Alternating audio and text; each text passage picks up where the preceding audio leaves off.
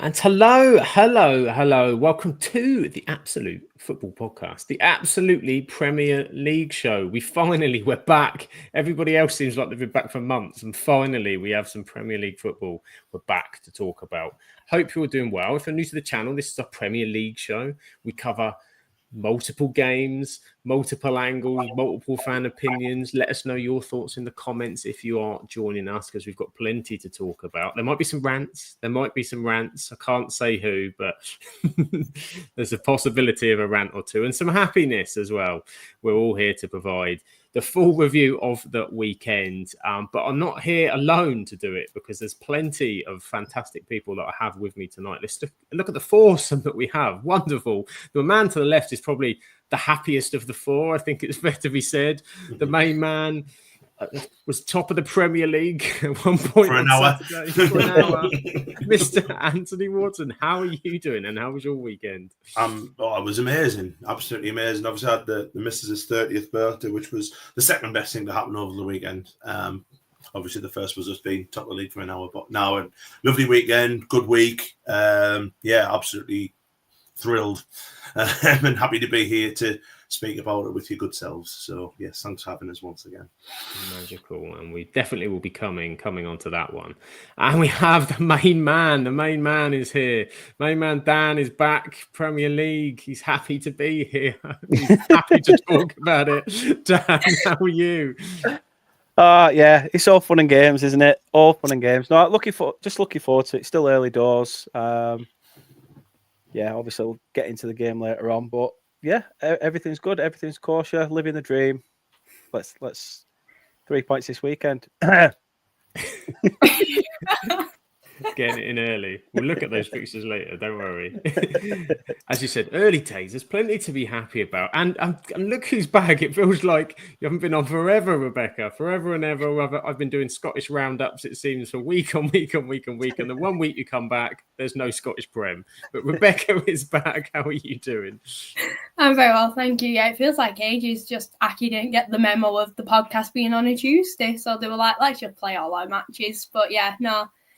Happy for the season to start on Sunday for us. We will ignore last night, although I will have to talk about it. But the season starts on Sunday.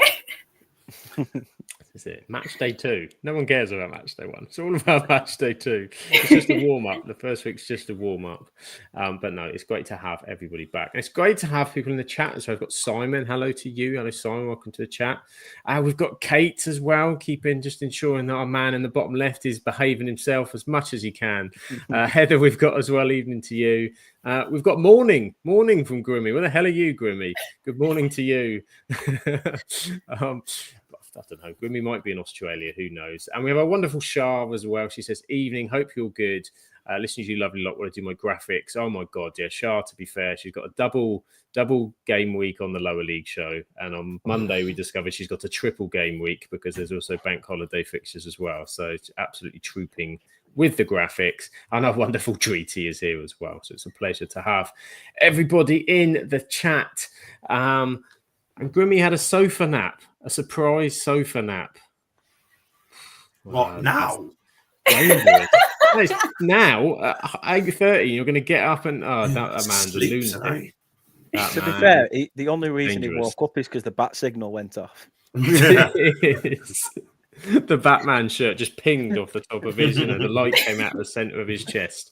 If you're new to the pod, sometimes Grimmy is on the show and sometimes he wears a Batman t-shirt. So there you go. There's your reference. But we're going to go right back to the start of the weekend, to Friday night, because that's how it all began in the Premier League. And we're going to talk, first of all, Liverpool-Bournemouth. But before we do, I just wanted to touch on, obviously, at the start of the game, we had that amazing kind of respectful, memorial, if you kind of want to call it that, Anfield all sort of getting together, singing for Diogo Jota and Andre Silva. And I've got to be honest, like, and Rebecca will probably back me up, we try to stay away from You'll Never Walk Alone. It's not something usually, but I must say that atmosphere and that, them singing that all together, hairs on the back of your neck, tears kind of in your eyes kind of stuff, an absolutely wonderful, wonderful tribute to Diogo Jota and Andre Silva from Bournemouth fans as well. And I think across the Premier League as well, it was really, really well honoured. So I thought that was a kind of a wonderful, touching start to the Premier League. We will briefly touch on the unsavoury incident, unfortunately, at Anfield with the alleged racist incident with Antoine Semenyo. That was horrendous. We don't want to see it. Get that out. Awful way to start, but Semenyo dealt with it, I think, impeccably, and the way he spoke afterwards as well has been magnificent. And again, the support that all the players and everybody stood by him was wonderful. So we'll get those two bits sorted. However, there was a game of football that happened, and we'll bring up one of our new lovely graphics because it was Liverpool 4, Bournemouth 2. It was a bit of a goal fest. And we'll come to you first. Liverpool look like they're going to be entertaining this season, a little bit more open in certain areas of the pitch, but certainly we're going to be seeing goals. And that Ekatike lad looks already like he's going to fit in well. Yeah, to be fair, yeah, he looks a good footballer, in all honesty. And obviously, Liverpool today have got rid of Ben Doak. He's gone to Bournemouth, hasn't he? So good signing for Bournemouth, actually. He's a good player. So I've watched him a couple of times against us. I think it was at Barra last year. And good player, but it's filling up that coffers to get a certain striker from a certain club near me. But he's going to go and play second fiddle the way Ekatike started. Really, really good start of the season. He got that, got that goal in the Community Shield and got Liverpool off and running. Then obviously Gakpo scored, but you just mentioned Semenyo. I mean, obviously he had to go through all that, for want of a better word, just rubbish to score 2 goals. I think was amazing from him and showed, what an amazing mindset that he's got. To let that, go over his head and to bang in 2 goals. And it looked all the while that was going to be the final result, and going to probably nap up a few people's hackers on the first game of the season. A few people's last man standings as well, but up steps probably a forgotten man at Liverpool. Chiesa gets a goal, and then obviously your Mo Salah goal. And to be fair, he was quite emotional, wasn't he, when that went in? Obviously thinking of Diego Jota and everything. So they got over the line, Liverpool. But it wasn't one of them games where you think, the champions are gonna, it was a perfect chance to get a really good performance under the belt. Yes, they scored 4 goals, but the 2 goals they conceded were awful. The other sides in and around them who aren't going to be, battling for the title. If their defense is going to be that all over the shop, then they won't win the league. Simple as. Yeah, I think you're right. They looked like they were going to sort of put pedal to the metal once they kind of got 2 goals up, and then it just all started to sort of eke a little way. And you said silly goals. The one at 2-1 as well. When you're in control of the game, they just got ran through that midfield, and that may well be the Liverpool we see this season. Obviously, no Gravenberch, and I think he will make a difference once he's in that midfield. But Canate was absolutely all over the shop, I think, defensively at certain moments. And it just didn't quite... Yeah, the structure wasn't there. But there's no doubt going forward that there's just threats everywhere when you can see them sort of popping it about. And they're all the way they were linking up, the way that... While Wirtz maybe wasn't on the score sheet, didn't do a lot, fabulous footballer. And you can see how he's going to add bits. And as you said, Chiesa, I think the Liverpool fans love him, but they've sung the song more times than they've seen him on the pitch, I think, they have for him. His first goal at Anfield. Heather was there, and she said best atmosphere that she's ever seen at Anfield. And 4-2 flattered them. I think that's fair. The fourth game, Bournemouth were chasing the game, and Salah did what Salah does and put one in. But Dan, for you, Liverpool... Obviously, we can't go too crazy on anything because it's kind of first day. They got the victory and they got over the line against a difficult Bournemouth side that played well. How did you rate Liverpool's performance? Again, similar to what you guys have said, they were a little bit shaky.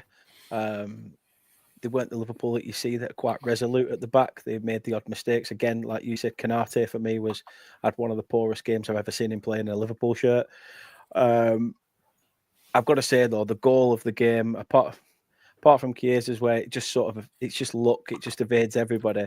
But Semenyo's like solo run was just phenomenal, especially after all the crap that has just happened. To basically silence your doubters with a goal like that, it's brilliant. It just shows the mentality of a footballer that as much as something so dark and horrid can really tarnish you and drag you down, if you use it as a positivity or turn it into a positive, it just goes to show that he showed his character. Fair play to him, because he's an absolutely outstanding player, and I rated him at Bristol City, to be fair. But yeah, again, like Heather said, the result flattered Liverpool.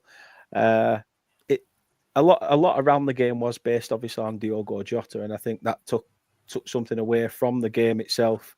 But both sides had to fight. I think Bournemouth at 2-2 was still very much in it. It's just that Liverpool have that sort of quality to finish off a game, and they managed to do it.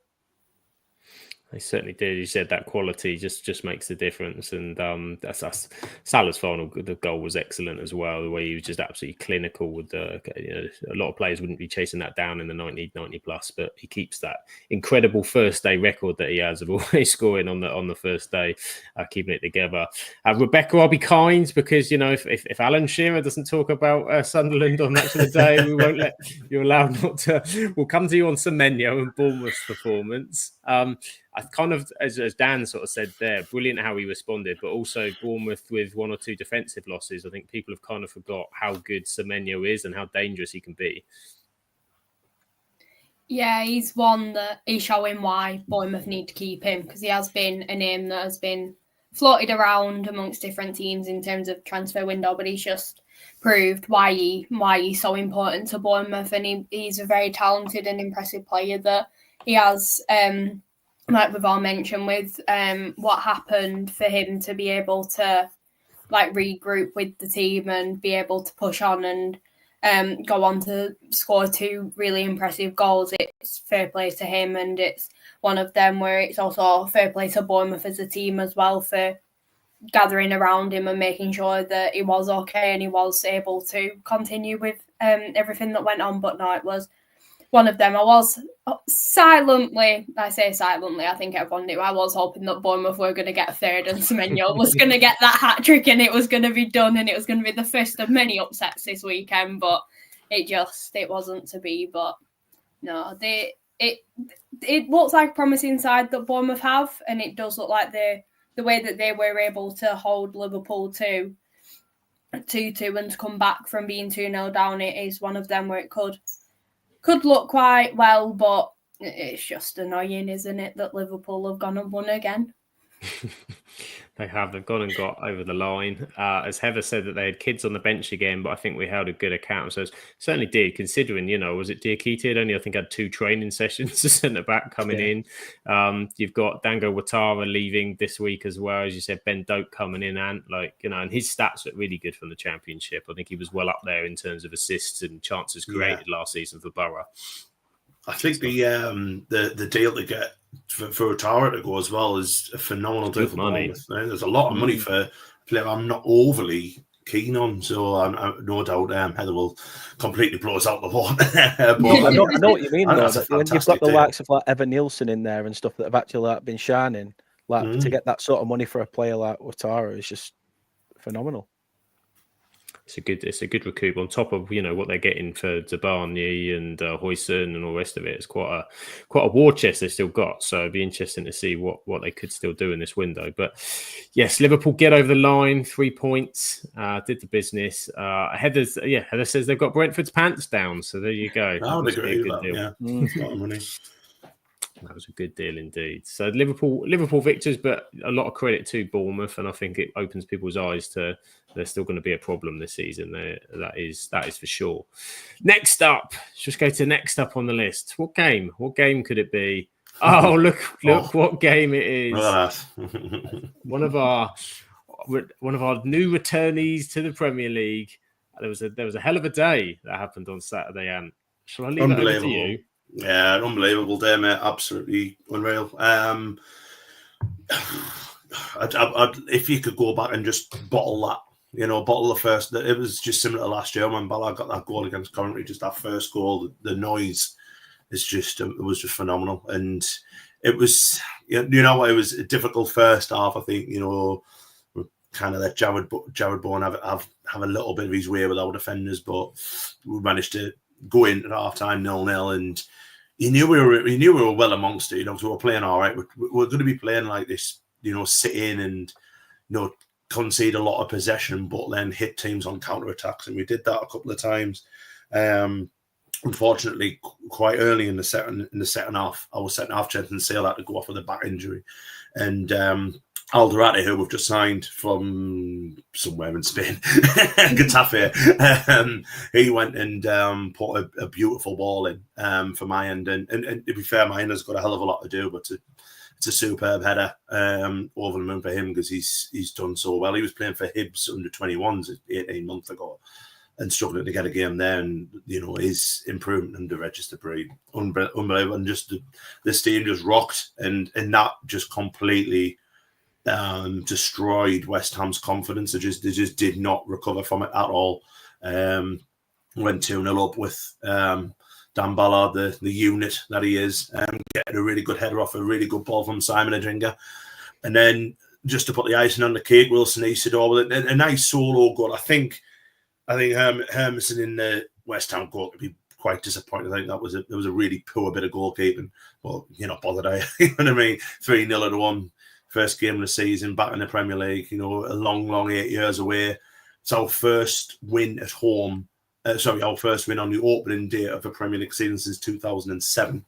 So that shows you how long that has been for the fans to wait for it, but they completely deserved it. They were the fans were amazing. And I think that's what got them over the line, but some really, really good performances from some of our new lads. I think Diarra was absolutely outstanding. I think Sadiqi's still running at the Stadium of Light at the minute. He just did not stop, and that was all just led by the man Granit Xhaka. Just every single time we were like, if we were doing something good, he was applauding the play. He was getting on the bats and stuff like that. Whenever we were under a bit of pressure, he was the first one to try and get them out. And that's just, I said it last week, that could be the signing of the season in this league. The fact we got him for 17 million quid, he was phenomenal. And yeah, just amazing. Like I say, I was top of the league for about an hour and a half. See what happens. I mean, do you know what it is? It's, Dan said it before, it's early days, and for me, it's just 3 points down, 37 to go, get that magic 40, and then we can celebrate. So it's a long way to go, and we've got to be careful kind of going to, because we've got like 2 games now away to Burnley and on to Brentford, and Brentford looked poor the other day against Forest. I thought Burnley did okay against Tottenham, but obviously it's a game Burnley will be looking to win. We need to just take it as it goes. You know what I mean? I would take a point and a win off them 2 games would be fine by me. We've just got to not get ahead of ourselves. Just keep on, it's a cliche, but you just got to take one game at a time, and then see where we are. But the signs are good. Like on Saturday is a team that will not get relegated this season. So we'll keep our fingers crossed. Hopefully at some point in the next 37 weeks, Alan Shearer just decide he wants to talk about us. Apart from that, it was class. It was class to be like first on Match of the Day, and for a good reason, you know what I mean? Getting hammered 4-0 off City or whatever. So sure, that's to come. But yeah, great start and fair play. And congratulations to everyone on the night, to be fair. Yeah, it's an exceptional win. As you say, I think there's a general kind of feeling, I can sense that everybody wants the promoted teams that they want to see something this season, and we want to banish that kind of 3 up, 3 down, and someone to make a mix. Obviously, last season there was quite a gap between winning the first game for a promoted side. To get that straight off the back for Sunderland, that's brilliant. I thought they looked physically really good. Physically, as you said, Diarra, a couple they've added into that team. Xhaka, there's a physical presence too as well, and athleticism, and say running off. And I think we'll come to West Ham in a minute. I mean, that team hasn't got enough legs in midfield by far at the moment. But Sunderland were picking the spaces so well in terms of running into those sort of channels. And as you said, you're 0-0 after an hour, but then bang, bang, bang, it's good night Vienna. And Yeah, the stat I picked up for you, Ant, you're the first team since Reading in 2006 to have 3 debut scorers in one Premier League match. So there we are. Record breakers. I think it was our the most debuts that they gave to like as many like so like it was 8 debuts, which is the most Sunderland have ever given to anyone. Like in any game, apart from like obviously the first game they've ever played, which is obviously going to have 11 debuts. But like, that was, but in history they've never gave a debut to 8 players. But that's what we had to do, you know. And as much as you can say, there's no sentiment, you know. There's no sentiment in football, is there? You know, there is good players there, like, you know, Dan Naylor was our captain last year, Luke O'Nien, and players like that who probably won't play that much of a part this season. And we've gone out there and signed, you know, a lad from PSG in Madrigi, who's a phenomenal player. We're after another one from Bologna, another defender. I mean, like, we could be looking at in a month's time, like Dan Ballard, who's been our best player for a year, might not be in the team. And that's what's just like, it's a little bit like, I can't kind of describe it, but it's a kind of like, we've never been like this before. If you get what I mean, we've never been where we've spent 37 million quid on one football, and you've never getting like a Champions League.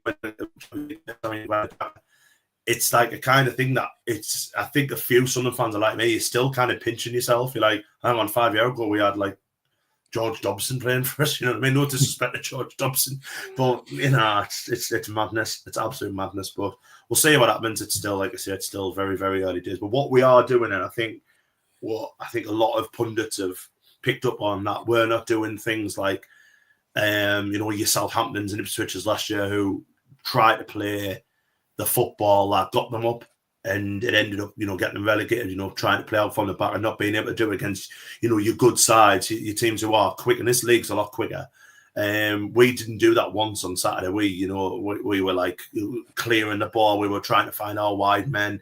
There'll come a time where we probably are playing out from the back. That's why we signed Robin Roos, you know what I mean? But I think it was important on Saturday to not let any silly mistakes cost us, and we didn't. We didn't put a foot wrong at the back. And you know what happened, if you do that and you keep it tight at the back, everything else will take care of itself, and it did on Saturday. So yeah, let's see what happens. But I was chuffed to bits. Like, it's just phenomenal. And it's like I say, it's just pinching. I'll wake up tomorrow and we'll be back in League One. Yeah, it's absolutely amazing. Absolutely amazing. So a phenomenal result, and Dan, from your perspective, obviously you got one eye on scouting trip in terms of what your next game's looking at. What did you like about Sunderland, and did they look completely different to last year, or kind of just a evolution of what you saw from them last year?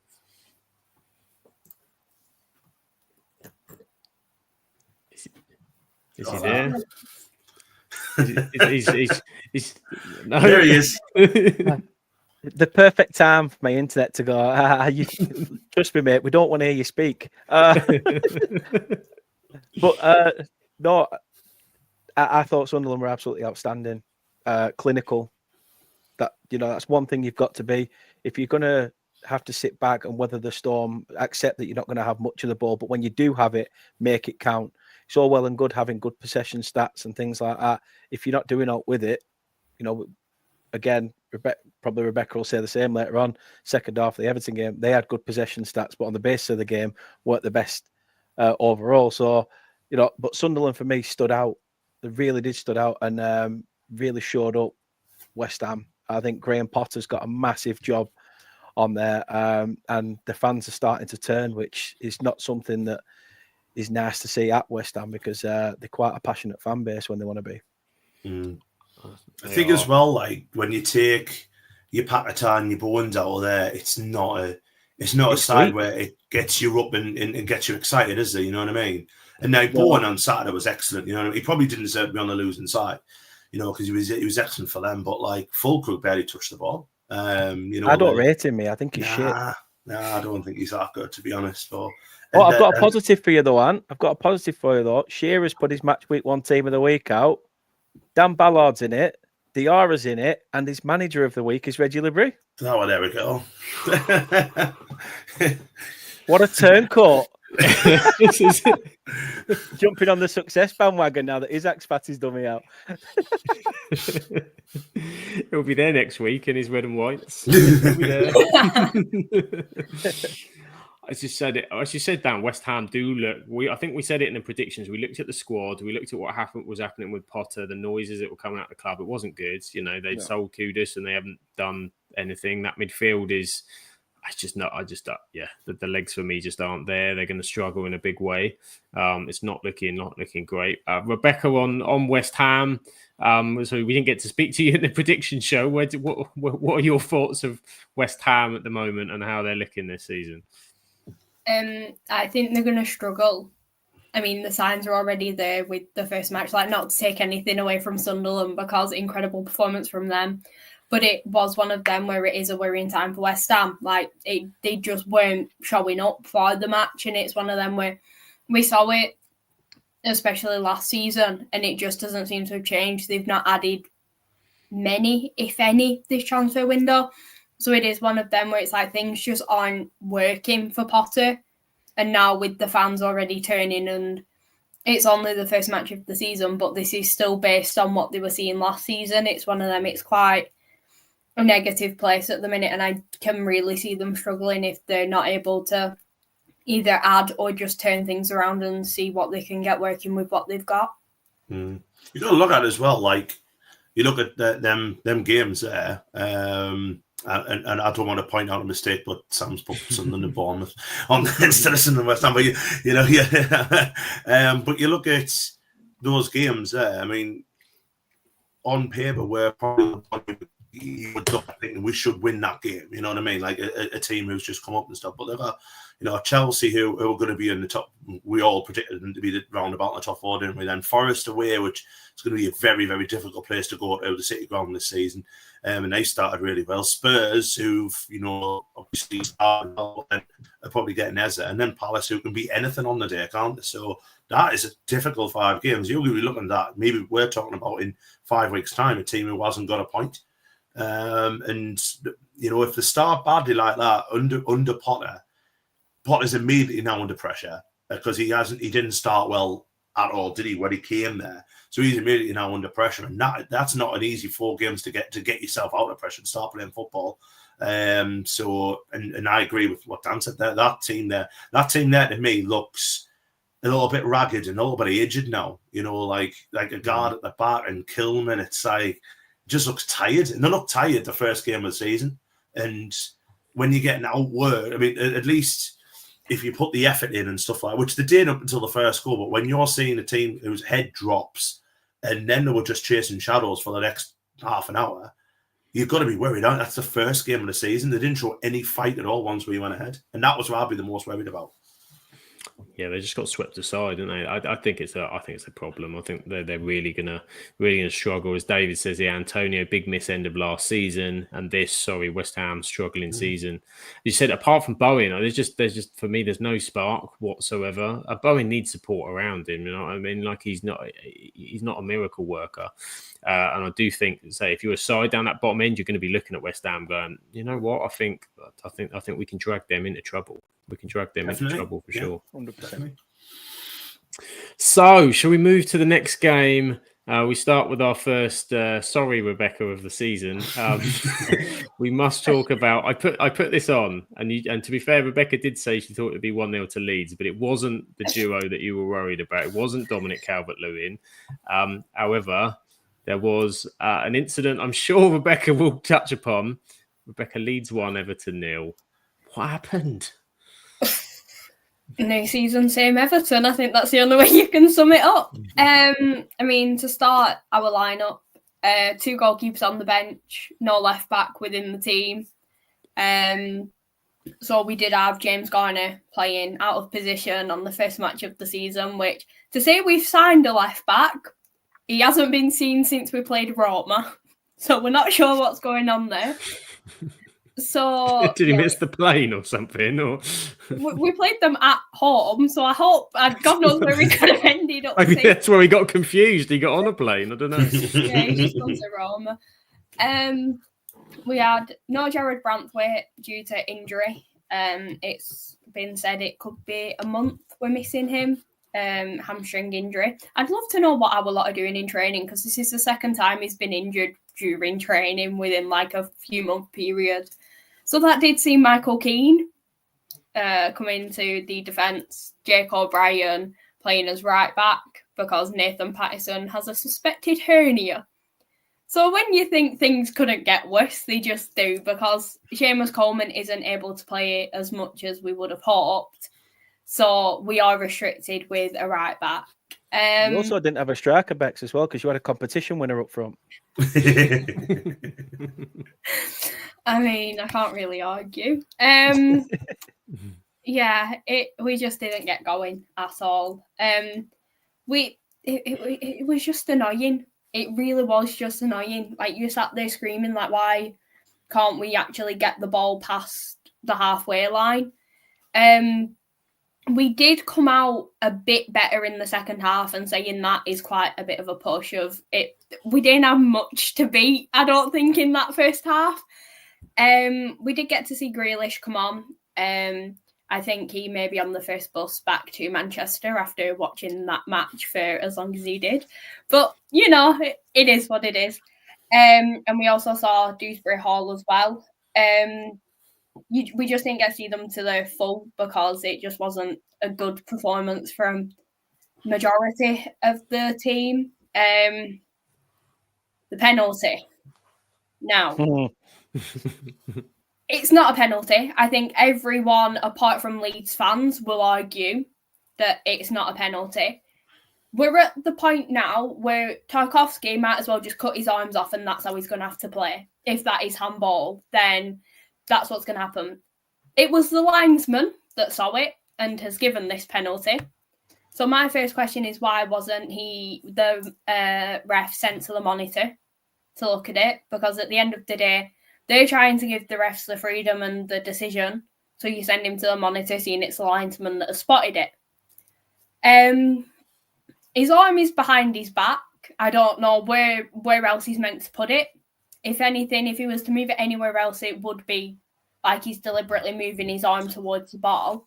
But then when you also look at it, it hits the sleeve more than the arm. And in the rule book, I think the sleeve is the cut-off point for handball. So anything below the sleeve is handball, but the sleeve isn't. So I'd love to know what they were thinking. What if he's wearing long sleeves? That's another argument. We found a loophole. Just wear long sleeves and then you can't handball it.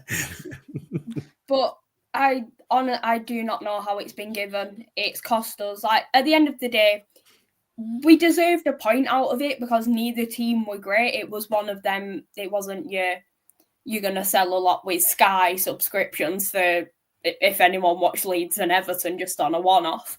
But it's one of them. It's cost us. And it's just, you don't want to say it already, and I don't want to be like the negative one already. But in the whole of pre-season, I think we scored one goal that wasn't a set piece. And that was behind closed doors against Port Vale.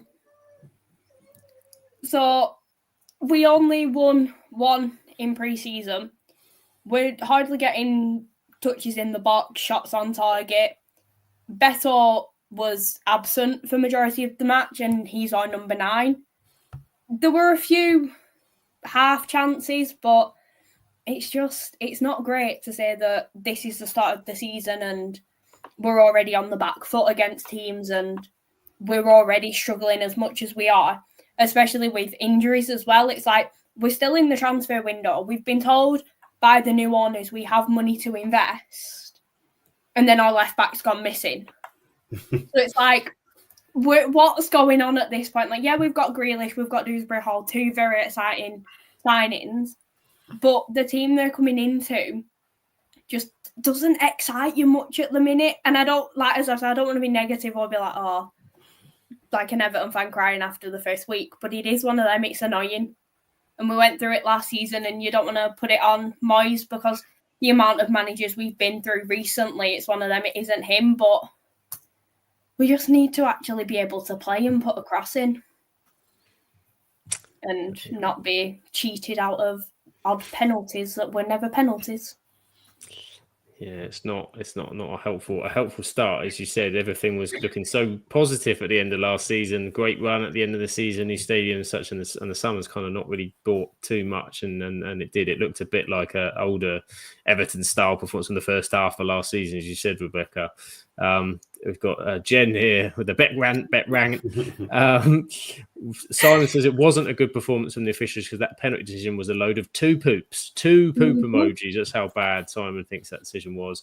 And I've got to say, like the thing for me is that last season they came out and they said that the handball was all about the positioning, wasn't it? If you make yourself bigger, if you do this, that was what they were saying, was that how they were going to give the handballs if it was unnatural and in this kind of position. Yeah. And then you get this, and you're like, well, he's not even moved, really. Like, he's tried to put his arm behind his back. You're kind of like, has the rule changed? You're just not telling us? Or handball is the most confusing thing, and they seem to muck about with it a little bit every season, but don't also communicate if they are. So we're all there going, are we still playing with last season's handball rule, or have we made a new one up again over the summer? And we've got to spend the next 6 weeks learning the reasons why they do give handball. It's pretty mad. David says, what was the atmosphere like at the new stadium? I presume he was in pre-season, because if it was Monday night, it was at Ellen Road, so probably quite quiet, I would have thought. Yeah. It was interesting. I mean, it was a pre-season friendly against Roma. It was good. Like, you still get goosebumps when Zed is played, and with the design of the stadium, it makes everything louder. So that is one really good thing. But yeah, it's gonna be interesting to see what the atmosphere will be like on Sunday, especially with it being like our first match at the new ground. But it's like the build up to the game now and just everything. It just seems a lot more. I still feel like we're getting used to it. It doesn't feel like home. It still feels like we're going on an away day, but it's a nice stadium, and it will be good when it's packed and everyone's singing Spirit of the Blues, and it'll be really nice. And then it's fully complete now, so we've got Everton Way done. So mine and my dad's little stones there, which is really nice. We went and saw that against Roma. But no, it's exciting, and it should be a really good atmosphere. And I'm very happy to be able to say I am going on Sunday. There you go. For the start of Rebecca's season on Matchday 2. It will all begin. Dan, obviously, you did yourself with a lot of love for Leeds. How was the game from a Leeds perspective? Important 3 points, no doubt about it. But what did you see from Daniel Farker's side? I think you put in. They carried on that front foot mentality that they had in the Championship.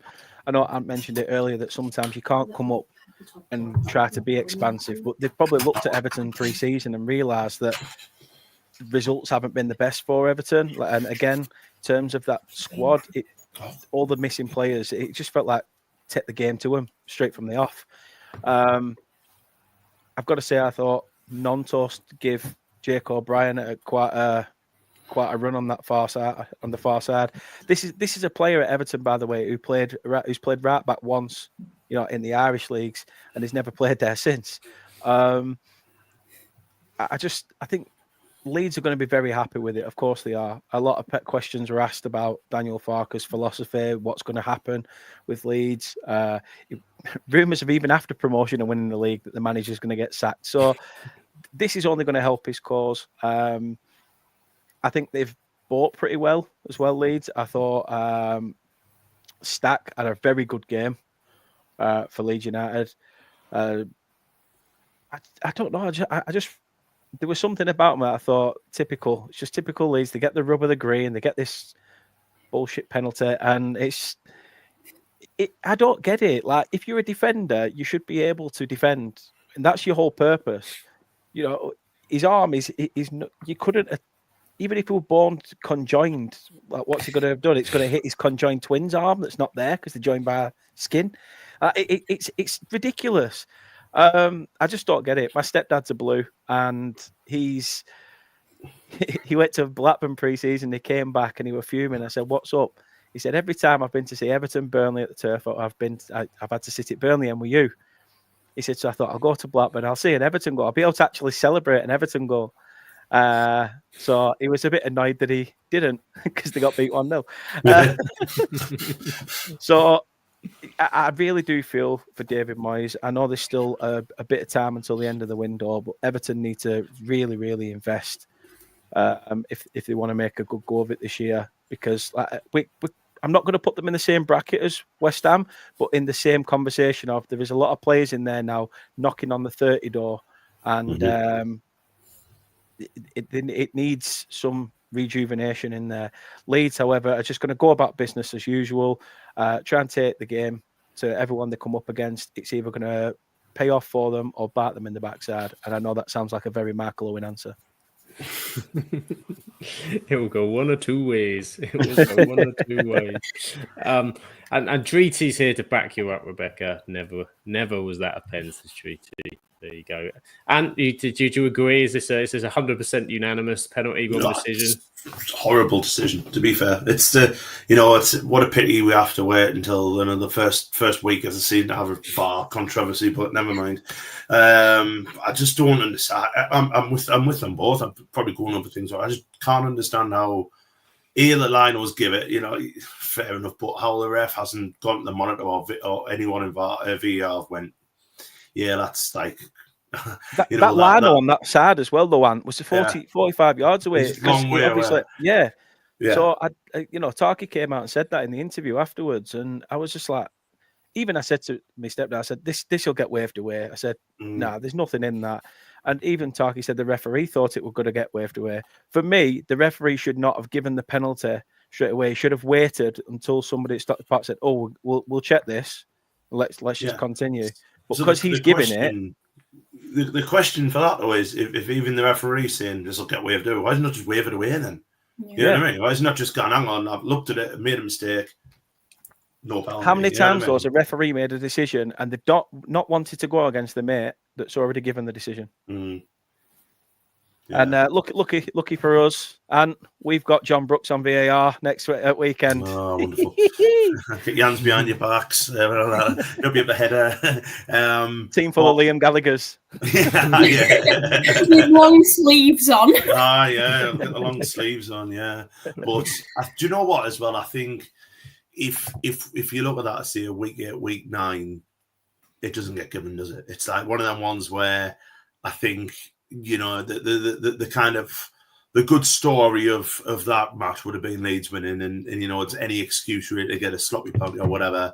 I think if that gets given, if it was at the other end, it would never be given, and that's the worrying thing. But what I'd be worried about with an Everton perspective is that I totally get Grealish coming in and it's his first week or whatever, not starting the game. That's fine. How Moyes has seen enough in that Everton side not to give him 45 minutes or half an hour. He gets 20 minutes, doesn't he? And it's like when they were struggling in the first half, he thought, the player to come on just to take a bit of pressure off, win a few free kicks, and that'll suit Everton really well because they've got big lads at the back, haven't they? So they can get some set pieces and all that. Was to bring Grealish on, and he didn't come on until the 71st minute or something. And then Dwight McNeil, who I think's an excellent footballer and I think's a really good player for Everton, didn't get a minute. And you look at that game thinking, hang on, Leeds have huffed and puffed and they've put everything towards Everton's goal. Haven't managed to get a goal. We can get a goalie. We can counter attack. And it just, for me, it just sums David Moyes up as a manager. He's so he would have been over the moon. It's a clean sheet away from home, mint, and then they've been sucker punched. But for me, have a little bit of goal about it, have a little bit of, a little backbone and try and win the game, which I think they probably could have done. Just quickly, better going back to your injuries already in pre-season. We had a lot of injuries in training under Moyes. Lucky enough, we only had him for a season, so it wasn't too bad. But we had a lot of hamstrings and back injuries and stuff like that because he does put them through the ringer. So I think that may be what it is. But I just, It's one of them, when you said with subs, we were screaming for them to come on earlier, but it's at the minute we've got a youngster in Harrison Armstrong on our bench because we need to try and bulk out as much as we can. But it's one of them with tiring Leeds legs, everyone's screaming for him to come on. It's a quick youngster that can score and he can draw in players. It's one of them where it's bring him on, bring Grealish on earlier. there were opportunities. We could have played a keeper up front. Like, if we're that desperate, we've got 2 on the bench. Like, just do anything. But it's just one of them. It's like, everyone can see what needs doing, but he'll wait half an hour to then do it. And it's like, that's too late then. There are a lot saying where Grealish has to start on Sunday. If Mikalenko is fit, he's another one where we need a left back in the team. Or play Dwight McNeil as left back, because at least then we have a left-footed player in a left-footed position, because Jimmy's right-footed, so it's one of them where he just goes off on a little wander half at time. So there's a lot that needs doing, but as long as we can at least get a positive one on Saturday and Sunday, because I feel like that one means a lot more in the grand scheme of everything. I agree with you there. But you'd be a little bit worried that you're putting square pegs in round holes on the first game of the season, you know what I mean? But yeah. I think Grealish can't be that fit, can he? I think that it's possibly precautionary and probably it's not long to get a bit of training. He might have something he's carrying and they're just being careful with him, I suppose. But if you're looking at that game yesterday, and everyone, will probably scream out for a Grealish there. Give him half an hour. Give him like a little bit extra than just a 20-minute cameo, which it proved to be. He didn't do that much, but like I said before, when you need someone to come on, win you a couple of free kicks, just so it can take take a little bit of off your defense and get your Michael Keanes and your Tarkowski's up there who can score goals. For me, it was a no-brainer, and he did it too late for me. But the thing you'll find as well with Everton is that I thought Iliam Ndiaye was quite quiet, apart from a 10-minute spell in the second half. Alcaraz was the only person really showing to try and get the team on the front foot. When going forward, he seemed to be in and around everything. Beto's got the first touch of me after 0 pints. It's just, honestly, it was just an absolute. It was almost like the first game of pre-season, and everyone was just trying to get that fitness back, which it's really harsh to say. But at 0-0, that's when Everton should have gone, right, we need to go attacking. Let's potentially drop to a back 3, push Garner back into midfield or something, and still have Dewsbury Hall behind maybe Ndiaye and Beto, then playing as a front 2. But he's not even anticipated it. He's just gone, oh, well, we're keeping Leeds at bay here. So it's the game plan's working. That, for me, isn't a manager that long-term is going to get it right and get you out of trouble if that's where it is come the end of the season. I do feel for Moyes, he's been dealt a bit of a crap hand with the fact that you've had a lot of an overturn of managers that have spent lots and lots of money, and now he's having to deal with what he's got at the moment while still trying to pick a gem like you can't do anymore from the lower leagues. That was one thing David Moyes was really, really good at. Like the likes of Tim Cahill and stuff, who was picked out for next to peanuts in the Championship and turned them into Premier League, top quality Premier League players. You can't do that for peanuts anymore. So that's why another reason why I feel Everton will struggle. There we go. It's match day 2 there, Rebecca. The season starts Sunday at home. It's match day 2. It's all positive. I needed my Scottish Prem this weekend. It was the Cup and Dundee were knocked out in the group stage, so it was just one of them weekends, weren't it? Aki got beat as well. No, I quite like football. not a good weekend. Right, next up we have the Super Sunday game at 4:30. Manchester United played Arsenal. 1-0 to Arsenal. This was a really, really confusing one to review from a Manchester United perspective, because a lot of it was really positive.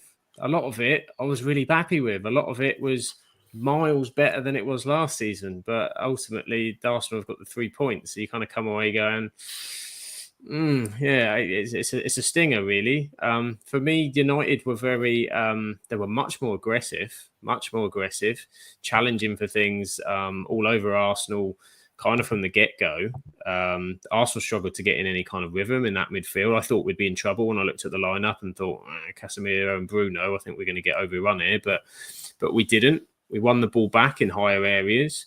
And Cunha, I thought Cunha was exceptional. I thought Mbeumo was very good, but we just didn't have that final touch. That was kind of the main difference, to be honest, was the goalkeepers. If we're honest, the goal that United conceded was just so. It was like I was like Rebecca with the first half of last season. In that moment, it was like, for goodness sake, you had a really good 15 minutes, and then you just go and almost chuck it in your net from behind there, almost chucked it in his net. And then when you look at the other end, Raya's made that one from Cunha, close effort from Cunha when he turned. Raya's class, absolute class as a shot stopper, just absolutely brilliant. But United kept coming. Say 22 shots that they had there, and a number on target. They hit the post through Dorgu, and we just created more. We looked a lot better, a lot more passes hitting the right places, with the right pace on them, less mistakes. It looked more shored up. People looked fitter. They looked sharper. And say, apart from the result, if we'd have somehow got a 1-1 out of that, we'd be buzzing, absolutely buzzing beyond belief. But then you're still like, but they haven't scored.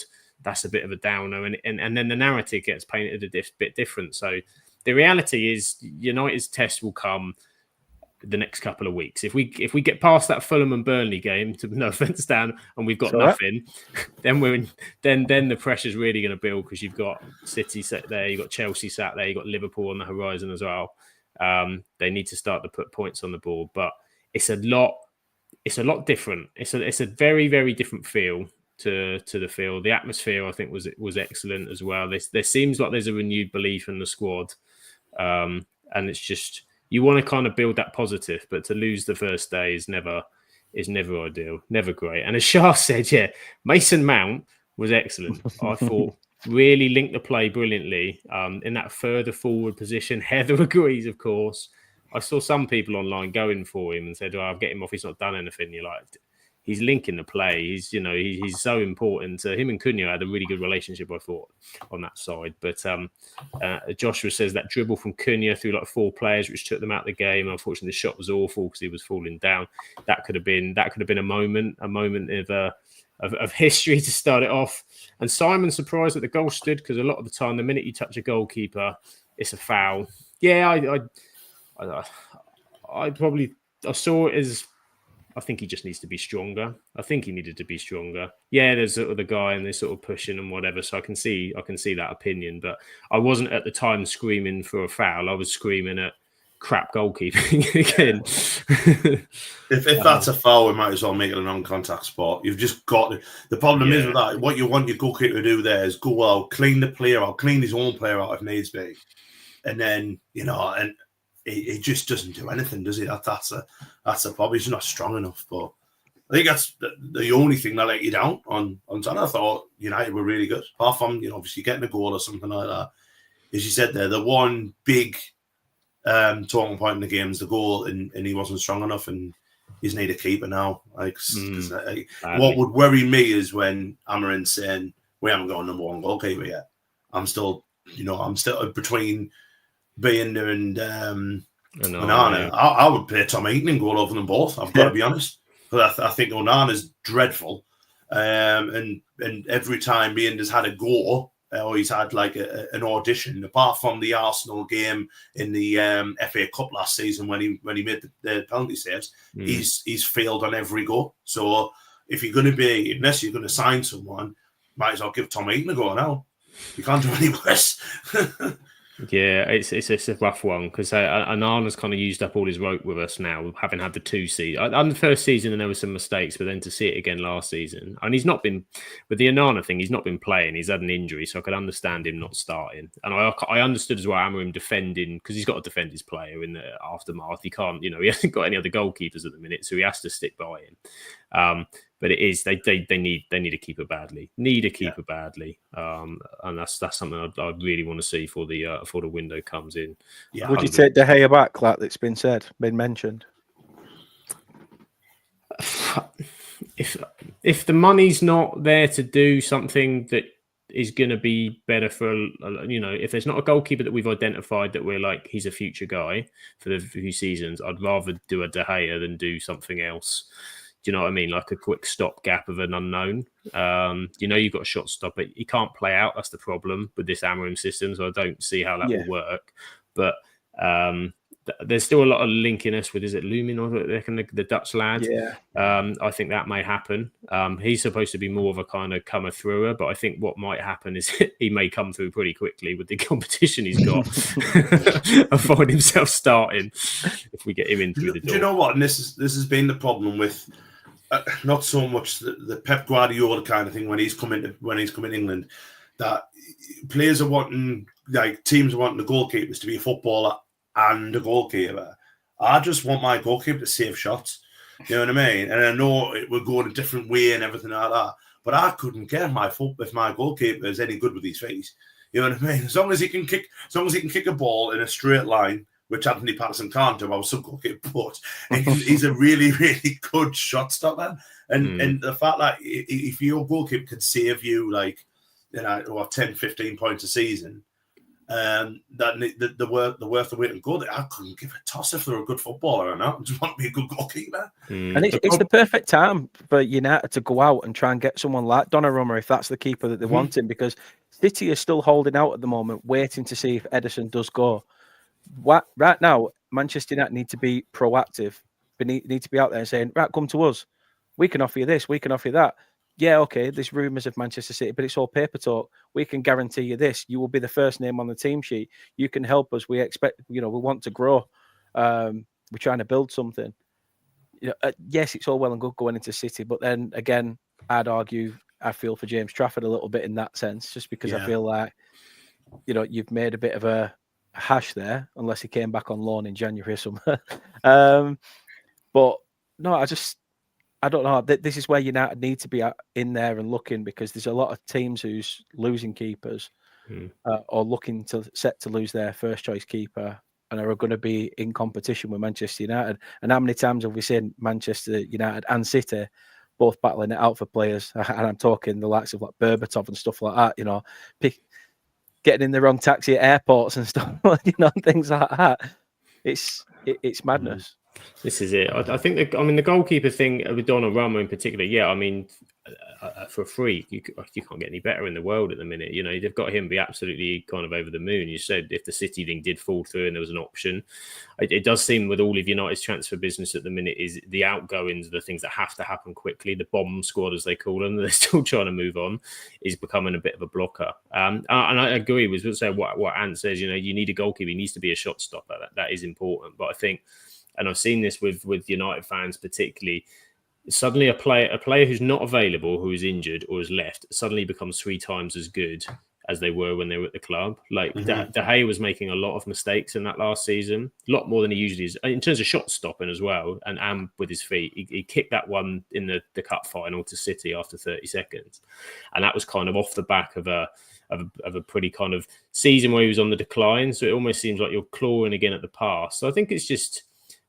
finding the right one and doing the right scouting and then picking, because they're available. You get a good goalkeeper and they're available in Europe. I think, as Josh says here, the guy that we're looking at is Lammens. Actually, he's a Belgian keeper from Royal Antwerp. Is potential, but your keeper's only as good as your defence as well, and that's another thing that I said it earlier before the season started, that if James Trafford was still at Burnley, he'd have been found out this year, because defensively we are going to be on the back foot all the time. We're not going to have that solid foundation to work on like we had in the Championship. So defensively, you've got to be strong. Obviously, yes, your keeper's the last line of defence, if you want to call it that. And they do sometimes pull you out of the mud. But for me, a keeper's only as good as what he's got in front of him. He needs to make sure that back four is orchestrated and doing their job, whilst he's also got his job to do as well. I feel for a keeper, because, like I said, they could make save after save after save and just get nobody talks about them. But that one mess up, that's it. Your career's tarnished. I will say on Sunday, though, and I agree with you, but I will say on Sunday, I thought United defended really well. Yeah. I thought De Ligt was outstanding. Thought he was all over Gyökeres, wasn't he? Yeah, all over. And that's how you stop Gyökeres. You just don't give him that space, because you give him that little bit of room, or you get too tight on him, and he can turn you like a sixpence. Because Gyökeres is a phenomenal footballer, you know what I mean? But I thought, like I say, there's a lot of positives. I know we've talked about a big negative there, but there's a lot of positives in that game where, you're looking at the stats there, 22 shots, 7 on target, and you were just looking at that. You come into, Raya, who is one of the best goalkeepers and not the best in the league, and Arsenal who do not concede, but a lot. You'll not see many more games this year that involve an Arsenal team who conceded 22 goals. You know what I mean? So the positives for me outweigh the negatives. Yes, it would have been nice to have won or even got a draw. I think a draw would have been a really good result. But if you put that performance into all of the rest of the season, I think you'd be absolutely fine. I think we'll be looking at a top 10 kind of thing, but you just need a goalkeeper. That's all that's missing. And play Ahmad. Because you look very sad on the bench on Sunday. He did. I think it was that. I think for an Arsenal and what they were expecting, I could understand it. I think you'll see him against teams where we're going to hold the ball in their half. I think it's perfect. And when you saw him and Mbeumo, it's like they're still getting each other's way. I noticed that a little bit, but once they work that out, they're going to be a nightmare with the options that they can give. So I think you're right, and I thought Shaw back and fit, massive difference at left centre back. Lenny Yoro, brilliant again. He was very good at the end of last season, looking a real kind of accomplished centre back coming through now. And even Casemiro. Casemiro for me, because he's got that one thing he can do, and he gets slaughtered because he can't get around the pitch now. That's a problem. Out of possession is a problem. But one, he's a threat from set pieces, but two, his distribution, and he pings those balls out wide very well, and he's very accurate with them, and that allows your Mbeumo's and your Cunhas and your Amads and that to get on the front foot. And I agree. I think what will be interesting is to see this team against teams that we struggled against last year, which was middle, bottom of the table. That was a problem, the low blocks. But I think we have players like Cunha and Mbeumo and that can do things in those areas that will unlock those doors if they play like they did at the weekend. And that's another question. But there's only so many questions that you can answer on match day one. And so I'm positive. I feel better. I feel next week might be a more positive one. We'll see. Fulham away. Let's see what happens. Your goalkeeper thing. You've actually loaned out your better goalkeeper of Radek Vitek. Vitek's good, yeah. He's in the championship at the minute, but get him back in. I think there's a hope amongst United fans he has a good season at Brooks, because obviously he's been sort of slowly being tried up the leagues, and I think this is a real opportunity. And I'm all for him having a great season and then coming back and then having a place in the team or the squad if he is a belter. Unfortunately, I think he's at Bristol City for this season, so we'll have to deal with what we've got. And the sort of final bigger game that we'll look at a couple of other games that kind of happened. Rebecca's had her turn. I've had my turn. The scoreline's not nice, Dan, but the performance wasn't as bad as it suggests. Is it a bit harsh on you, that scoreline? Yeah, I don't think it was a 3-0 game, to be quite honest. It was a completely new setup by Burnley as well, playing with a back five, which was really strange. That's we've been well known for our 4-4-2 and stick to our guns sort of play. But fair play to Scott Parker, changed it up. I wasn't overly happy with the actual lineup because there's only 2-3 players in there at most that were new signings. I was expecting Ugachukwu to start, Brozier maybe to be in and around it. But no, just none of them anywhere near. It was really strange. Obviously, we saw the first time that it happened, the 8-second rule with Dubravka. Yeah. I'm surprised it wasn't given in the Liverpool game, but in the record book. So Dan, yeah, you're a pub quiz question. That's what matters. Yeah, a pub quiz question in 2038. Bring it on. So yeah, it was a good performance from us. And the one thing I've tried to say to Burnley fans is that this is a team that was 2-0 up against PSG literally 3 days before. They've been playing out in America. They've been, getting very, very good competitive games under the belt. Even beating their arch rivals Arsenal, in pre-season as well. So they've got it in the legs already. They've got that bit of match sharpness. We're going in after playing the likes of Huddersfield and Stoke and all this. No disrespect to those teams, but obviously just to get a bit of sharpness in the legs. I was overly happy with the way we set up, but again, we just wasn't clinical enough, and I think that's something that, even though we got promoted last season, it was one of the big questions regarding Burnley, that defensively solid, but up top struggle in front of goal. Richarlison, though, I mean, the first goal, yeah, it's a good finish, but the second was, even I was ready to take a bow. It's just a brilliant ball by Kudus, whipped in. Richarlison, just he seemed to have all the space in the world. You know, those goals that it seems to just hang in the air, and nobody were around him. I felt Kyle Walker should have been a little bit more tighter to his man there. But fair play to Richarlison, he's hit the ground running, started off, and then Brennan Johnson just wrapped the game up. Like you say, you look at the stats, you know, in terms of shots, it looks like we was pretty even from both sides. It's just down to that clinical finishing. I think Tottenham, and I'll go back on my word that I said at the start, I thought under Thomas Frank they'd potentially crumble, but I'm seeing good signs from them, and I think only the likes of, you know, Eze coming in the next couple of days is only just going to strengthen their cause. I think Thomas Frank may potentially surprise a lot of people with Spurs this year. And so I am willing to eat my hat with what I said pre-season, that I think it'll be a struggle. And that's just based on that one game. They'll slip under the radar and do pretty well. I just want us to keep showing that fight. My only issue is with that back five. Ekdal looked to get found out quite a bit. I know last year he was out on loan. Oliver Son, I think it was his first game for us. If not, we signed him and no one's ever seen him since. So, I mean, I can understand why we didn't play Walker as a right wing back, because he likes to get forward. And if we do get forward quite quickly, we could be open to that counter attack that Spurs like to, you know, throw at you. Hannibal playing out wide was a strange one, because it was like, what were it, 5-4-1? I'd have rather have gone more like a, you know, Christmas tree formation a little bit, but yeah, Hannibal just wasn't involved in the game at all.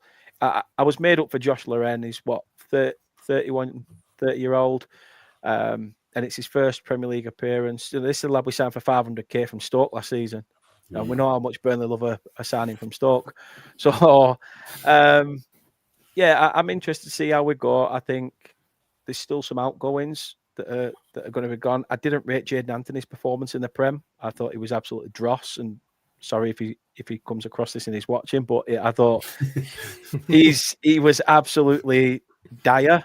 I rated him last year, but on that game alone, he just screams early Raheem Sterling. One touch too many, loses it. Didn't look interested in getting the ball into the box. But overall, I try to see the positives, but it's the scoreline that sort of knocks you back. Yeah, it's hard to look past a 3-0 despite however it happens, whenever it does happen. But as you said, Tottenham under Thomas Frank, the early ones are very good. I think very good. Some good link. You said you add Eze to that. That's going to give them a whole sort of new dynamic. And Rebecca, obviously, you know Richarlison. I was going to say very well, as if you're mates, but like, you know Richarlison, you might well be, but you know him from your time at Everton. Ever seen anything as good as the scissor kick in the blue?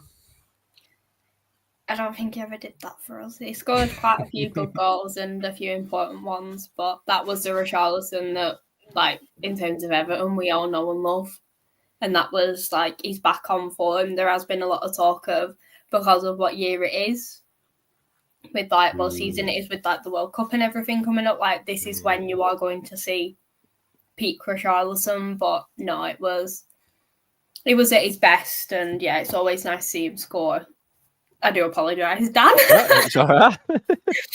But no, he has had his issues while being at Tottenham, but seeing him hit the ground running for this season, and then Brennan Johnson as well, I feel like he was one that proved himself towards the end of last season especially, so it's one of them to see that. But there is still a bit that Burnley need to do, but hopefully I would say this weekend, but it's a podcast derby, so I don't really want if that one's a draw.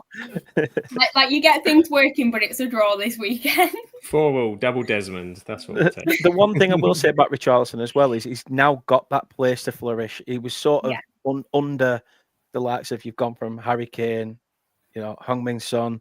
Now it's basically Richarlison, go out there, show why you're playing for Spurs. Grab us those key goals. And you can see how much of a handful he would be. And it's not just his goals, the runs he was making to get involved. He was very, very strong in his ability, alongside those defenders that have to be quite, resolute and stand guard. He was throwing himself in there as well. I actually will say that it was a brilliant performance from Spurs. Yes, it was a good performance from us to a degree, but there is so much to work on massively. I just feel that, obviously, we were talking about the games earlier, what's to come. Obviously, the game on Saturday is massive. It's definitely a 6-pointer for both sides. That you need to be beating the teams that you expect to be in and around you after promotion. And then, obviously, again, another team like Manchester United. But no, I think the best thing about that United game is that there always seems to be good games against us. I think how many times we've drawn 3-3 on a Boxing Day. Jesse Lingard free kick, 90th minute. Oh my God, that still pains me to this day. I just it's a ropey start, but you've got to play everyone twice. You have got to play everyone twice. The old adage you do.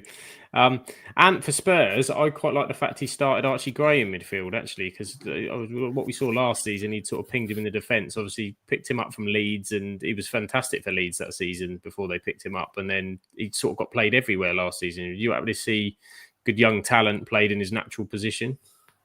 Yeah, definitely. To be honest, I think Poch had so much of a defensive crisis, didn't he? That he was playing like him and Jed Spence, didn't he, at the back? But for Spurs to get Mickey van der Ven back is amazing. He's a phenomenal footballer, isn't he? Got a goal against PSG. I mean, the only thing about Thomas Frank, you wouldn't want him operating on you, would you? After what he said after the Super Cup, he said it was like we did a really successful operation, but the patient died.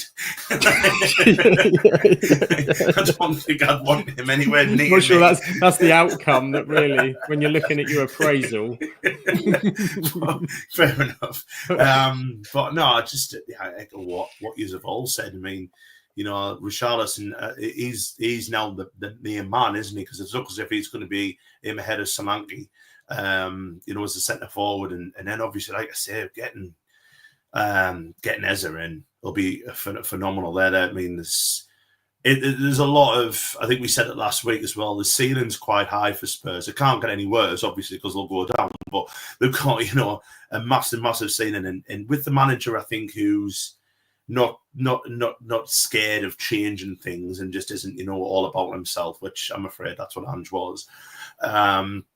Someone who's just got this Premier League experience, has got a side like Brentford playing some wonderful football, going into Spurs, and I think you can already see he's dealing well with egos and this, that, and the other, but I think they'll be absolutely fine. And you know what? That's a really good start for them. I expect them to beat Burnley, don't get us wrong, but the manner of the performance, I think, will be the more what they're pleased with. It was quite a complete performance, I think. And this early on in the season, you're looking at Tottenham there, thinking, are they are the dark horses for anything? Could they get an FA Cup win or a League Cup win or something?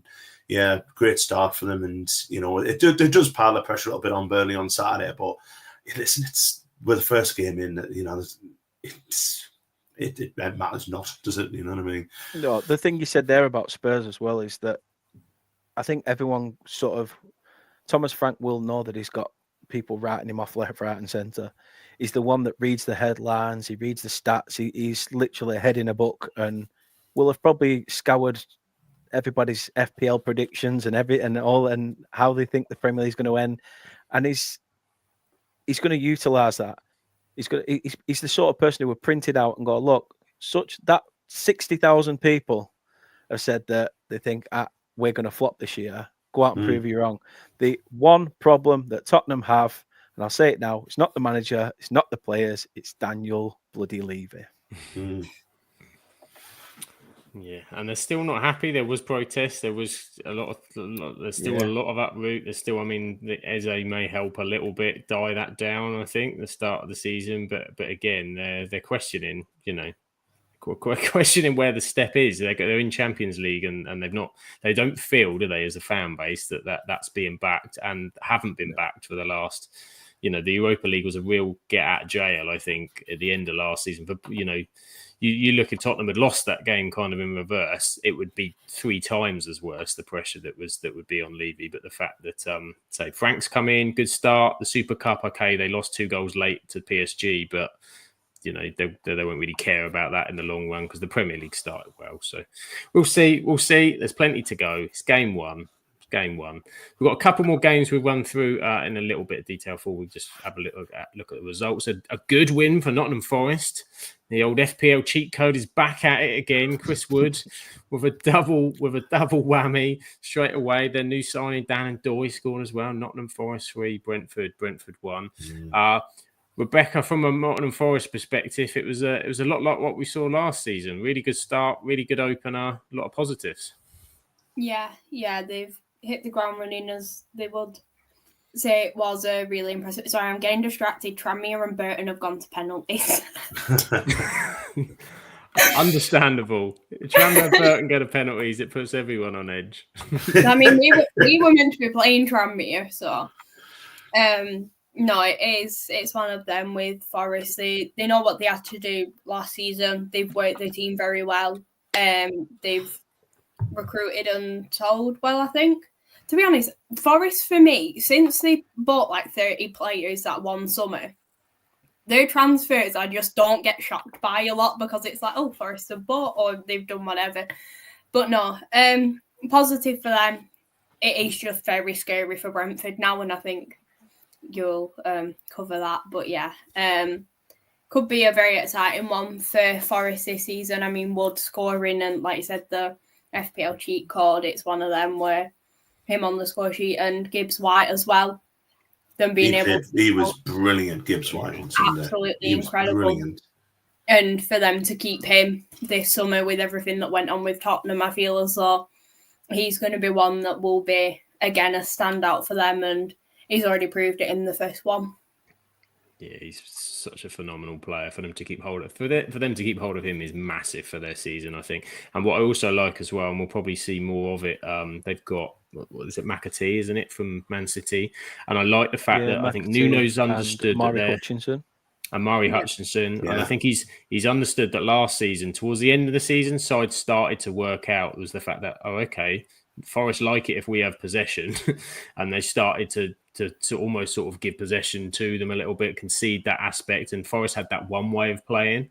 And I think they've understood that was being worked out. So I think those signings give them different ways of maybe holding the ball a little bit more, doing different things and adjusting and evolving as a team, which they're going to need to do this season. But I mean, as Rebecca touched on there, and Brentford were bad. To be fair, Sharda and Henderson came on. They looked a little bit better. They've got Damsgaard to come back in, but surely they're one you're looking at going. They're the sort of people we're going to look to pick off. Oh yeah, we've got the week on Saturday at home. And you think if they play, Forest were good. Don't get us wrong. Forest played really well, but Brentford were awful for a long period of that game, and it could have been 4 or 5-0 at half time. You know what I mean? They were very, very poor. And it immediately, we said this, didn't we? We said it last week, the preview show, that for me, the decision to give it to Keith Andrews, I really don't think that's good. I think they should have gone for someone who was a little bit more, like a proven Premier League manager over Keith Andrews, who was a set piece coach, and they've still got obviously the Whistler stuff that's up in the air. Who they're going to bring to replace him and everything. It's a dreadful start. But I will say that on the other foot, Forest looked excellent. And for anyone who hasn't watched the goals yet, go and watch the third one and watch this pass from Elliot Anderson, because that is a phenomenal pass. Just first time as well. Absolutely brilliant. But yeah, you're already looking at Brentford now, thinking, you know, we've got them at home. Then they've got like Chelsea, which is going to be difficult. Villa at home next game.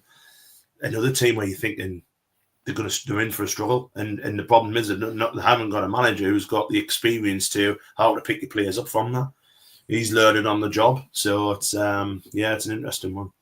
It certainly is. David asks, "Is a 1 year still at fault?" I think he is. I think he is. He is. He's still injured, though, isn't he? I think he's still injured. From last year, didn't somebody predict him? What was it? I don't know if it was David. Someone predicted him, didn't they, to be top goal scorer? Top scorer, yeah.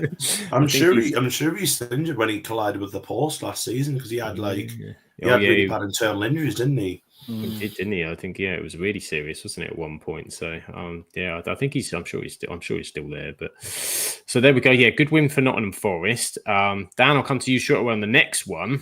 Final one we'll look at in a bit of detail. Manchester City. I think we all kind of knew that there'd be some kind of reaction.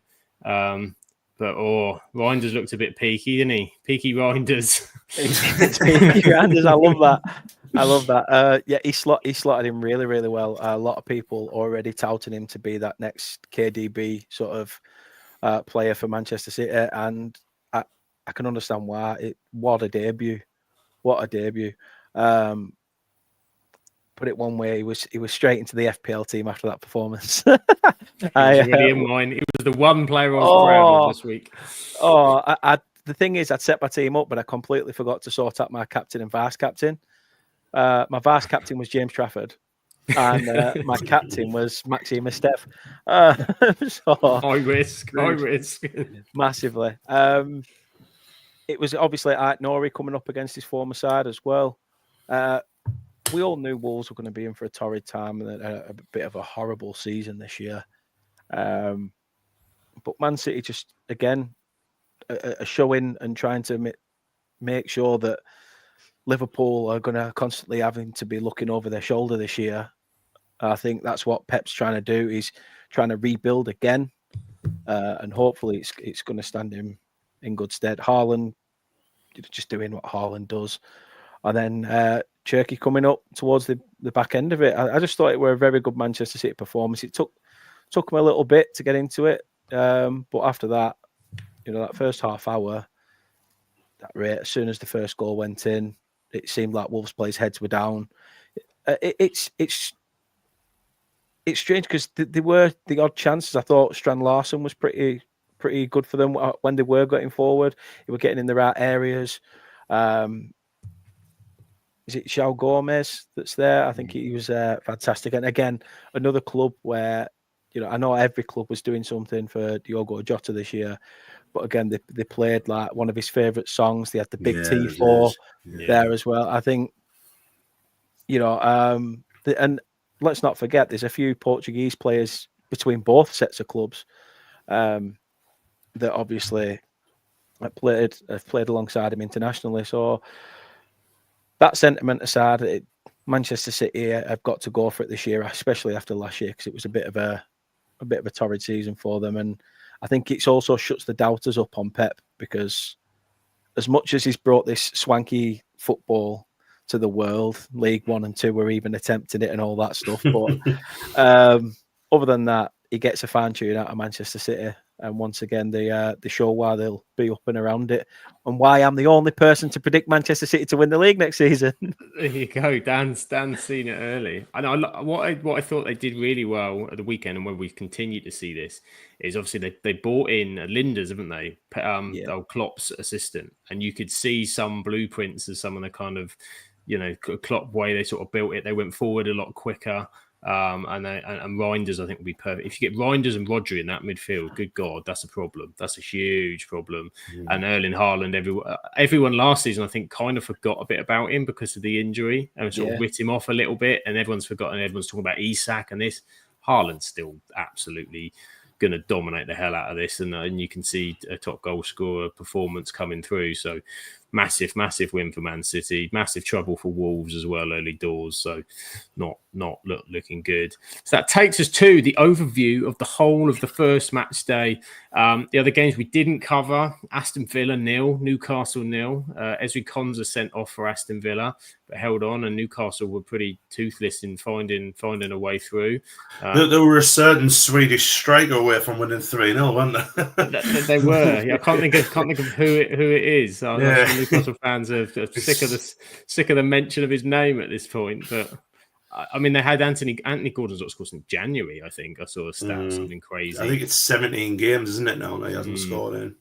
He also looked like he was meant to be on playing tennis with his new headband that he was wearing. He did. It was very McEnroe-esque, maybe to try and bring a new change of fortune in goal scoring, but it didn't work, and Newcastle didn't. Villa looked a little bit. Both Villa and Newcastle, I think they were together in their singing of hate of PSR, though. I think that was the one thing that combined the fans, because they're both in frustration. But I mean, Villa are at the sale. Obviously, Jacob Ramsey's gone to Newcastle. To Newcastle, yeah. I don't get this, because these were two sides I voted PSR in. Just because you've been, you've got riches, you've got this, that, and the other, especially with Newcastle getting taken out. Sorry, that, but that's the rules are rules. You know what I mean? Rules are rules. That's what you've got to do. Stop giving players massive contracts, and if you're going to be. Well, I think this is particularly in Villa's case. This is kind of the fact that they went for it last season, and I kind of respected the fact that they didn't. They went, we're in the Champions League, let's give it a go, and they went and they got Rashford, they got Asensio, they had big wages and that they had to pay. But I think they've overlooked the fact that the PSR for the European introduction is much less than the Premier League. I think you can make a loss of 106 million, and the European's like 60. So, and they're already over their wage budget for to compete within the Europa League. So it's an absolute, they've got themselves in a bit of a mess. Yeah. I mean, the Ramsey money will bring a lot in, won't it? Because obviously that's 40 million homegrown complete profit, isn't it? So that'll bring a lot of money in. I get that, because it is a shame that he has to go, but he wouldn't have been a regular starter for Villa, would he? You know what I mean? This year, I don't think he would have been playing every game. So. And I don't see where he fits in Newcastle, to be totally honest, because they've got your Brunos and the other guy, Joel Linton and all that. So I'm not sure where he fits in there, but no, we'll see. We'll see what happens with that. I think they just wanted to buy someone, didn't they? They were like, if we get him, is anybody else after him? Can anybody else nick in? Yeah, we'll take him. They got in quick. David says 8 teams didn't score. Fact. 8 teams didn't score. Or trust your maths. I'm sure it's correct. We also had Brighton 1, Fulham 1, Fulham at the death. 90+7. Brighton did this a lot last season, letting Leeds slip. And they did today. Rodrigo Muniz, who rumoured to be off, but he came on and did the business to grab Fulham a point at Brighton. And the other game we didn't touch upon, Chelsea 0, Crystal Palace 0. Chelsea created a lot, but didn't really have the kind of final touch in the attacking sense to create anything too major. And Palace had goal disallowed for too close, another VAR special where the reason that they gave originally happened to change after 5 minutes. Came through. Originally it was the push in the wall, and then it was he wasn't within the 10 yards. It's like, that's not what you told us 5 minutes ago, but okay. No. They kind of accidentally stumbled on the correct decision, though, didn't they? Because the decision was correct to disallow it, but they gave it for the wrong reason. They gave the wrong reason. And they were Did you see that at the end as well with Glasner and Mark Guay as well? Yeah. I'm totally with Roy Keane on that, I'm totally with it. I'm like, why, and especially it's the first game of the season, why is your manager walking on the pitch and all that stuff? It's fair enough if you won something and you want to the fans and stuff like that, but why are the managers going on the pitch all the time now? Like back in the day, it was like the shook hands are in the dugout ready for players to come in. Well, why they feel the need to go around, shake everyone's hand is absolutely beyond me. And to be honest, after Palace, who did have to defend a hell of a lot in the last half an hour of that game, and Guy was amazing. Guy's probably probably someone who wanted to just clap the fans, which he did, go off, get some ice on his legs, this, that, and the other. I don't see an issue with all of that. And for me, it just ignites the fact that what the hell Glasner was doing on the pitch in the first place. It's going to get worse. You only have to look at Forest and Marinakis. Mm-hmm. It's a different game now. It's a different game. We'll let David have his say on Liverpool, because I know he missed Liverpool Liverpool. We did cover Liverpool at the start, David, but he said didn't expect Liverpool to get many clean sheets this season, jumpers for goalposts. It's going to be exciting. Get on that, get the over 2.5 in your rackers. I think Liverpool. Well, they might get a few clean sheets if they sign Gay, which they probably will now. They've got 220 million to spend again. So. It's a possibility, and I think that'll be a good pairing for Van Dijk. But and we've got the first table. We'll bring it up because it pleases Ant. They're on the left hand side. We'll ignore what's going on the right hand side. We'll just focus on what's going on the left hand side. Sunderland in second place, Champions League football. There you go, Ant. Look forward to that. Job. Probably the only time we'll be in capitals all season, but there you go. Capitals. There we go. We've introduced the capitals to the Premier League this season as well. A new addition to this season's show. So yeah, there's the first. It doesn't tell you anything. Yes, it bloody does, man. Never mind, it doesn't matter. Yes, it does. It matters to me. Says it matters exactly. It's still real to me, damn it. It still will. It still will. It still happened.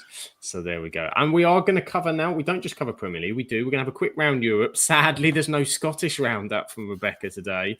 We are having to wait. We've got a new graphic that I've had ready and waiting. And we're going to still keep it waiting until Rebecca and the Scottish Premier League are on the same show. So maybe by February we might get a chance to bring that and share. But we'll have a look. I'm still heartbroken. I couldn't be on last week. Like the fact you got to cover a Ryan Astley goal. There you go. You missed the wrong week. You see. We've told you, Accrington need to sort it out with these Tuesday fixtures. I don't know how many times we have to tell them. They keep putting them on Tuesdays. We've got another Tuesday one next week. Just ridiculous. Ridiculous fixture selection. But there were 3 European leagues that we are going to cover. And starting with La España. Spanish La Liga was back. It was back. Barcelona started off. Yamal Magic again, that super wonder kid. They opened their campaign with a statement, a 3-0 win away at Mallorca. And Rafinha got started with the season's first goal just 7 minutes in from a sublime header set up by Yamal.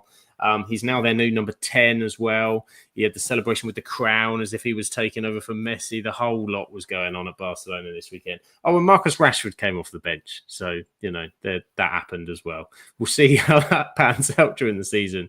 But early doors, not a lot happened from that one. Athletic Bilbao, there's a bit of a thriller there. Athletic Bilbao won 3-2 against Sevilla at the San Mamés.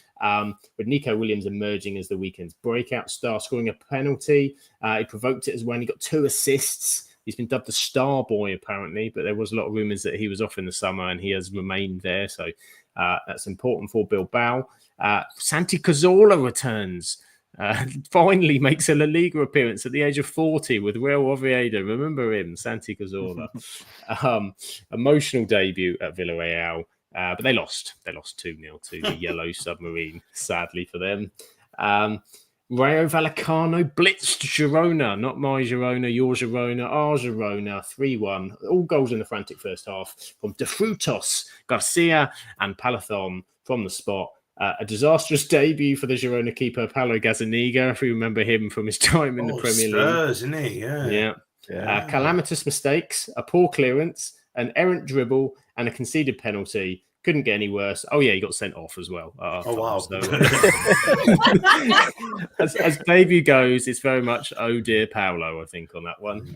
We played Rayo Vallecano in our last pre-season game. We had 2 games in 2 days. So our second 11 were playing them. They are excellent, really good side. But fantastic the away shirts they've got as well. Was it? Yeah. But it was a black and a yellow lightning strike going through. And I didn't like it. Wasn't one for me. Some of they have got some classics, Vallecano. They have, yeah. That one doesn't sound like it. Valencia Real Sociedad 1-1 at the Mestalla. Then they had Espanyol. They stunned Atletico Madrid 2-1. 2-1. Manolo Gonzalez has an unbeaten record against Simeone-led teams, which is basically Atletico Madrid because he's been there forever. I've started watching Espanyol now because obviously Burnley's chairman Alan Pearce has bought Espanyol. Yes, he has. So we've now got the multi-system in there. So yeah, vamos Espanyol. Vamos Espanyol. And other matches were Alaves 2, Levante 1. Getafe beat Celta 2-0. Elche drew 1-1 with Betis. And Real Madrid Osasuna. Sean has arrived to tell us Real Madrid won 1-0 tonight. Kylian Mbappe penalty. There you go. It's hot off the press. But Osasuna did have a man sent off. But it was in the 94th minute. I don't think it mattered much. Didn't change things too much. That was Xabi Alonso's debut bow as well, of course, but as manager outside of the Club World Cup. But in terms of La Liga, yes, he was there. We haven't done the table because I couldn't be bothered for the first week, to be honest with you. So here we are. The Ligue 1, French Ligue 1, sponsored by McDonald's. The McDonald's Ligue 1 is here. We love it. That brings me back to the earlier Premier League days. You remember the sticker books? I remember there was a McDonald's shiny badge. Yeah, I do. I remember that. Back in the day. It's like, what a advert for League sponsored by Mackey's. Sponsored by Mackie D's. Other fast food joints are available and other football leagues as well, of course. Another League in League 1. There's League 2 and League 3. So the first match in Ligue 1 this season, Rennes shocked Marseille. Despite playing with 10 men from around the 30th minute. A red card shown to Ait Boudial. Rennes defended doggedly, and then Ludovic Blas delivered the decisive blow in the 90th.